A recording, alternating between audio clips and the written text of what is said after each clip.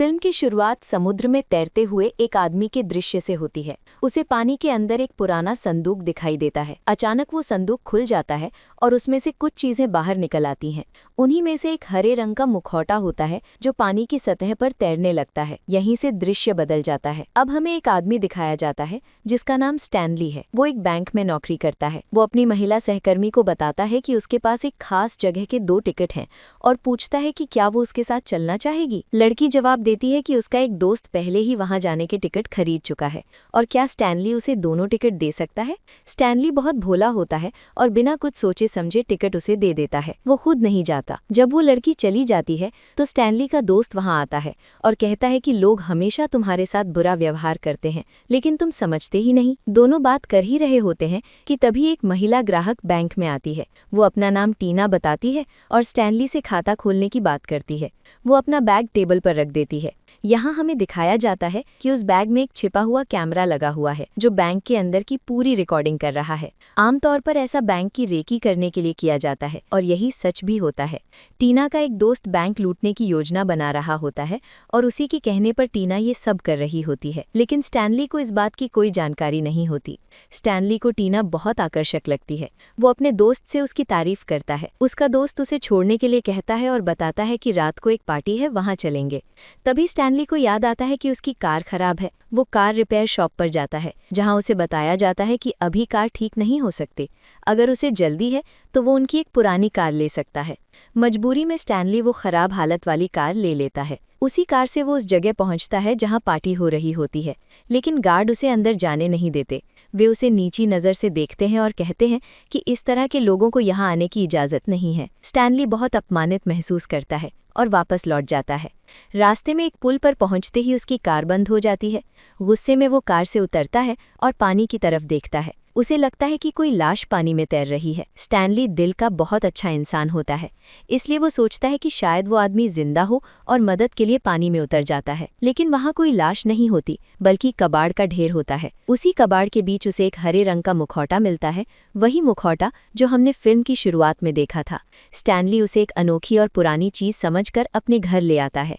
Stanley के पास एक कुत्ता भी होता है। जैसे ही कुत्ता उस मुखौटे को देखता है जोर जोर से भौंकने लगता है, मानो उसे किसी खतरे का एहसास हो गया हो। स्टैनली आईने के सामने खड़ा होकर मजाक में कहता है कि चलो इसे पहनकर देखते हैं। जैसे ही वो मुखौटा पहनता है वो उसके चेहरे से चिपक जाता है और उतरता ही नहीं। उसका चेहरा हरे रंग का हो जाता है। इसके बाद स्टैनली अजीब हरकतें करने लगता है। वो तेजी से नाचता है, उछलता है और असामान्य ताकत दिखाने लगता है। जब वो अपने कमरे से बाहर आता है तो एक महिला उसे देखकर डर जाती है और गोली चलाने ही वाली होती है, लेकिन स्टैनली गेंद की तरह उछलते हुए खिड़की से बाहर कूद जाता है। सड़क पर पहुंचकर वो एक कार के सामने आ जाता है। ड्राइवर हॉर्न बजाता है। स्टैनली अपनी जेब से एक छोटा सा हॉर्न निकालता है, लेकिन जैसे ही वो उसे दबाता है जोरदार आवाज से कार के शीशे टूट जाते हैं। उसकी ताकत और अजीतपन देखकर वो खुद भी हैरान हो जाता है। अपमान का बदला लेने के लिए वो कार रिपेयर शॉप जाता है और वहां जबरदस्त तोड़फोड़ करता है। फिर घर लौटकर सो जाता है। अगली सुबह जब वो उठता है तो सब कुछ सामान्य होता है। उसका चेहरा ठीक होता है और मुखौटा गायब होता है। वो सोचता है कि शायद ये सब सपना था। इसी दौरान दरवाजे पर दस्तक होती है। एक पुलिस अफसर और वही महिला आती है जिसने रात को उसे देखा था। वो बताती है कि एक डरावना आदमी हरे मुखौटे में उसे डराने आया था। स्टैनली समझ जाता है कि वो वही था, लेकिन वो पुलिस से झूठ बोल देता है कि उसे कुछ पता नहीं। पुलिस के जाने के बाद स्टैनली मुखौटे को देखकर कहता है कि इसी ने मुझसे ये सब करवाया। वो उसे फेंक देता है, लेकिन मुखौटा अपने आप वापस आ जाता है। बैंक में भी उसके साथ बदसलूकी होती है। उसे देर से आने के लिए डांटा जाता है। वो उदास होकर घर लौटता है। तभी उसे अखबार में पता चलता है कि टीना एक बार में सिंगर है, उसी जगह जहां उसे अंदर जाने नहीं दिया गया था। वो तय करता है कि अब वो वहां जरूर जाएगा। वो दोबारा मुखौटा पहनता है। उसका चेहरा फिर हरा हो जाता है और वो बैंक जाकर पैसे चुरा लेता है। दूसरी ओर हम देखते हैं कि स्टैनली एक लग्जरी कार में बार के बाहर पहुंचता है। वो गाड़ी से उतरकर बार की सिक्योरिटी से मिलता है और उन्हें काफ़ी पैसे देता है। इसके बाद उसे अंदर जाने की इजाज़त मिल जाती है। अंदर टीना डांस कर रही होती है। स्टैनली उसके पास जाता है और उसके साथ नाचने लगता है। टीना भी उसके साथ डांस का मज़ा लेती है। उसी समय टीना का वो दोस्त भी वहां पहुंच जाता है जो बैंक लूटने की योजना बना रहा था। वो अपने साथियों को बताता है कि टीना के साथ नाच रहा यह आदमी ही बैंक लूटने वाला है। ये सुनते ही उसके साथी स्टैनली पर गोलियां चलाने लगते हैं, लेकिन स्टैनली बहुत तेजी से उछल कूद करता है, इसलिए कोई भी गोली उसे नहीं लगती। तभी पुलिस वहां पहुंच जाती है। पुलिस टीना के साथी से कहती है, पहले हमने तुम्हारे लोगों को बैंक के बाहर देखा था और तब छोड़ दिया था। अब तुम यहाँ बार में गोलियां चला रहे हो और लोगों की जान खतरे में डाल रहे हो। ये गंभीर अपराध मानते हुए पुलिस उन सभी को गिरफ्तार कर लेती है। पुलिस ये भी कहती है कि अगर ये साबित हो गया कि तुमने बैंक लूट नहीं की है तो तुम्हें छोड़ दिया जाएगा। टीना का दोस्त, जो गैंग का लीडर होता है, कहता है कि ये तब साबित होगा जब हरे चेहरे वाले आदमी के खिलाफ सबूत मिल जाएं। तभी पुलिस को स्टैनली की टाई का एक टुकड़ा मिलता है। पुलिस अफसर टाई को पहचान लेता है और समझ जाता है कि ये स्टैनली की है। उसे शक हो जाता है कि स्टैनली ही बैंक लूटकर यहाँ आया है, क्योंकि वो इतना अमीर नहीं लगता कि इस क्लब में आ सके। पुलिस अफसर स्टैनली के अपार्टमेंट में जाकर उससे पूछताछ करता है और कहता है, स्टैनली, ये टाई तुम्हारी है, बताओ तुम बार में कैसे गए? तुम तो एक साधारण बैंक कर्मचारी हो। स्टैनली जवाब देता है कि वो बार में नहीं गया था और उसकी टाई चोरी हो गई थी। इसके बाद जब स्टैनली बैंक जाता है तो उसका बॉस फिर से उस पर गुस्सा करता है। स्टैनली भी चेतावनी देता है कि उससे इस तरह बात मत करो, वरना नतीजा बुरा होगा। उसी दौरान टीना बैंक आती है और स्टैनली से पूछती है कि क्या वो किसी ऐसे आदमी को जानता है जिसका चेहरा हरा होता है। उसे लगता है कि उस आदमी ने चेहरा हरे रंग से रंग रखा है। स्टैनली सच्चाई नहीं बताता और कह देता है कि वो उस आदमी को जानता है और चाहे तो रात में उसकी मुलाकात करवा सकता है। टीना खुश हो जाती है और मिलने का समय और जगह तय हो जाती है। घर जाकर स्टैनली सोचता है कि उसे इस मुखौटे के बारे में सच्चाई जाननी चाहिए। वो एक ऐसे व्यक्ति के पास जाता है जिसे मुखौटों की जानकारी होती है। वो व्यक्ति बताता है कि पुराने समय में कुछ देवता थे, जिनमें से एक बहुत शरारती और अपरिपक्व था।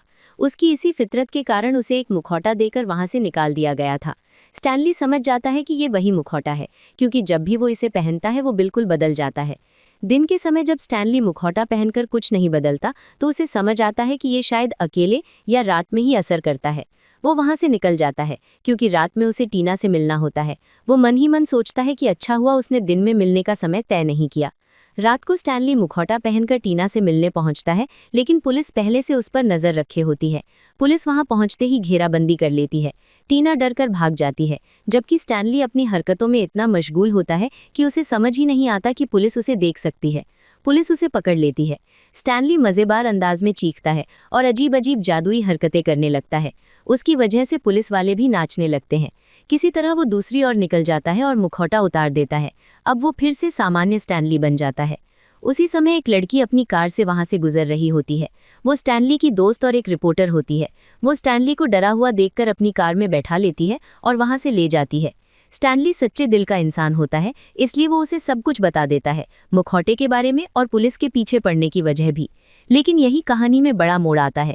असल में वो लड़की स्टैनली को धोखा दे रही होती है। वो टीना की लुटेरी गैंग के साथ मिली हुई होती है। टीना के दोस्त ने उसे स्टैनली को यहाँ लाने के बदले मोटी रकम दी होती है। इसके बाद वो स्टैनली को पकड़कर यातनाएं देते हैं और फांसी पर लटका देते हैं। टीना का बुरा दोस्त स्टैनली से पूछता है कि ये मुखौटा कैसे काम करता है। धमकी देता है कि अगर उसने नहीं बताया तो उसे मार दिया जाएगा। स्टैनली कहता है कि तुम खुद इसे पहनकर देख लो। जैसे ही वो आदमी मुखौटा पहनता है उसका चेहरा भी हरा हो जाता है और वो एक खतरनाक खलनायक जैसा दिखने लगता है। उसे अपार ताकत मिल जाती है। अब वो मुखौटा किसी और को देना नहीं चाहता। उसे डर होता है कि अगर पुलिस उसे इस रूप में देख लेगी तो बैंक लुटेरा समझकर गिरफ्तार कर लेगी।